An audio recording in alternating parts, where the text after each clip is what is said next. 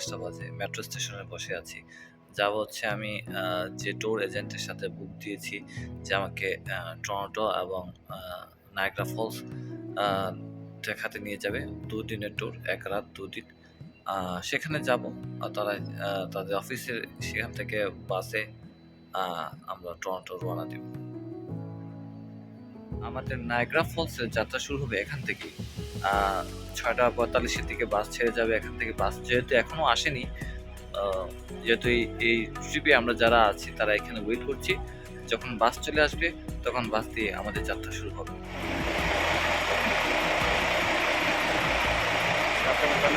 বাসে বোর্ডিং চলছে। এই এই লাইন ধরে সবাইকে বাসে উঠতে হবে, তারপরে হচ্ছে আমাদের যাত্রা শুরু হবে।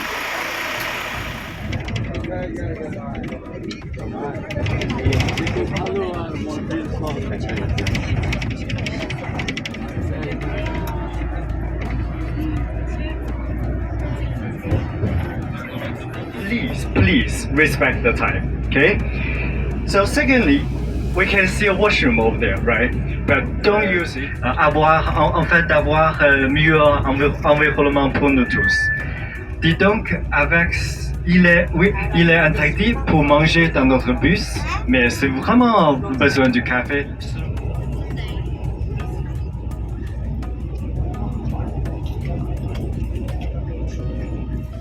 প্রায় ২.৫ ঘন্টার যাত্রার পর আমরা এখন এসে পৌঁছেছি রকপোর্ট, যেটা হচ্ছে থাউজেন্ড আইসল্যান্ডে আমাদেরকে নিয়ে যাবে। এই থাউজেন্ড আইসল্যান্ডটি হচ্ছে আমেরিকা এবং কানাডার মধ্যে এই সীমানায় পড়েছে। এখান থেকে আমরা ক্রুজে করে আমাদেরকে এই ট্রাভেল এজেন্ট যারা আছেন তারা নিয়ে যাবেন। প্রায় ২০-২৫ মিনিট সময় লাগবে। যাত্রার পরে বাকিটা পথ আপনাদেরকে দেখানোর চেষ্টা করব। আমরা যারা পর্যটকরা আছি তারা এই বাসগুলো দিয়ে এখানে এসে পৌঁছাই। থাউজেন্ড আইসল্যান্ডের যে লেক টিকিট কাউন্টার, সেই টিকিট কাউন্টারে আমাদের যে গাইড আছেন তিনি টিকিট করেছেন আমাদের জন্য, এবং আমরা যারা পর্যটকরা ছিলাম এখানে দাঁড়িয়ে কিছুক্ষণ অপেক্ষা করেছি আমাদের ক্রুজ আসার জন্য। তারপরে আমরা সবাই একে একে দলে দলে উঠে পড়লাম আমাদের ক্রুজে। এই ক্রুজে করে আমরা পুরো এই থাউজেন্ড আইসল্যান্ডটা ঘুরে দেখবো। এটি হচ্ছে আমেরিকা এবং কানাডার বর্ডারে। চলুন দেখা যাক। অবশেষে আমরা পর্যটকরা ক্রুজে উঠে পড়লাম এবং যাত্রা শুরু হওয়ার সময় এখন।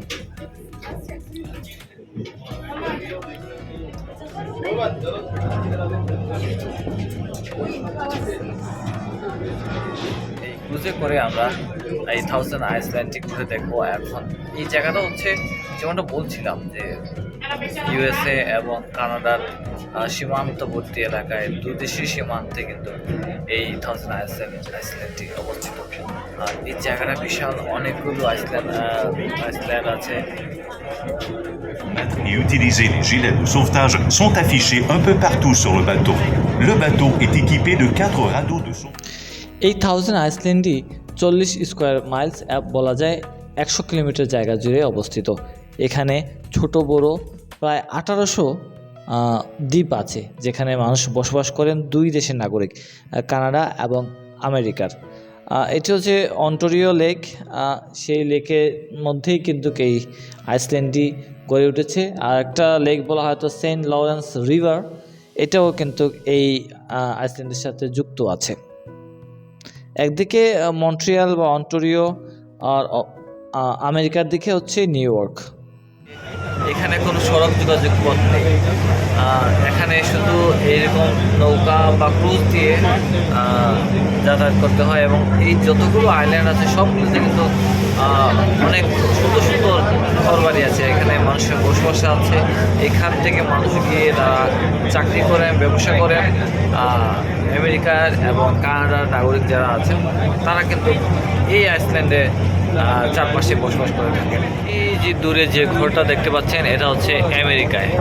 আর আমরা কানাডা থেকে এই মুহূর্তে আমেরিকায় প্রবেশ করলাম জলপথে। এই সফরটা আমার কাছে অসাধারণ লেগেছে। আমি চেয়েছিলাম আমেরিকা থেকে বাফেলো হয়ে টরন্টোতে আসবো, তারপরে নায়াগ্রা ফলস বা অন্যান্য জায়গায় ঘুরে দেখব। কিন্তু আমি দেখলাম হিসেব করে যে আমার খরচ অনেকটা বেশি পড়ে যেতে পারে। ট্যাক্সি ভাড়া, তারপরে টরন্টোতে থাকা, নায়াগ্রা ফলসে থাকা, সেজন্য আমি ট্যুর বুক করে এখানে চলে আসি। এই জায়গাটা খুবই অসাধারণ, আপনি অনেকগুলো জায়গা দেখবেন, অনেকগুলো দ্বীপ দেখবেন।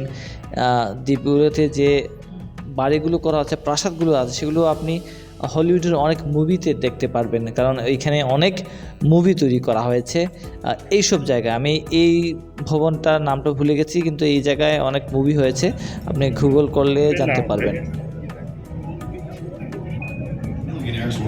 L'amélioration du fleuve, le transport par train, valent la visite des gens de l'État de New York. Il débuta comme une ville en construction qui fournissait le 据说乔治波特在浅色的番茄酱摇在一起。 thousand আইল্যান্ডের এই জায়গাটা এসে পৌঁছতে আমার প্রায় সময় লেগেছে এখন পর্যন্ত 1 ঘন্টা যাবত আমাদের ক্রুজটা আমাদের চলছে। আমরা এই জায়গায় এসে পৌঁছেছি। বিশাল বড় এই জায়গা, কানাডা এবং আমেরিকার 2 দেশের সীমান্তেই অবস্থিত এই জায়গাটা। বিশাল সুন্দর, অনেক সুন্দর, মানে মন কাড়ার মতো জায়গা এটা।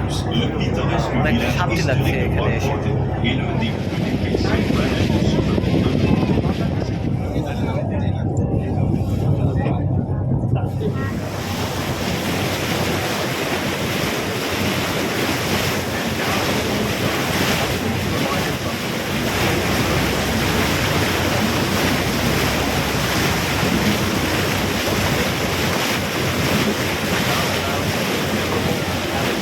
আমরা আমাদের যাত্রা শেষ করে আমাদের গন্তব্যে আবার ফিরে এসেছি। আশা করি আপনাদের এই ভিডিওটি ভালো লেগেছে। আবারও দেখা হবে, ততক্ষণ ভালো থাকুন, সুস্থ থাকুন। আজকের মতো বিদায় নিচ্ছি, তবে আবারও ফিরবো আরও নতুন কিছু ভিডিও নিয়ে, কারণ আমার অনেকগুলো ভিডিও জমা আছে কানাডা, আমেরিকা, লন্ডনের। সবগুলো ভিডিও দেখার জন্য আপনাদেরকে অনুরোধ জানাচ্ছি এবং আমার সাথেই থাকার অনুরোধ জানাচ্ছি। সবাই ভালো থাকবেন, সুস্থ থাকবেন, ধন্যবাদ।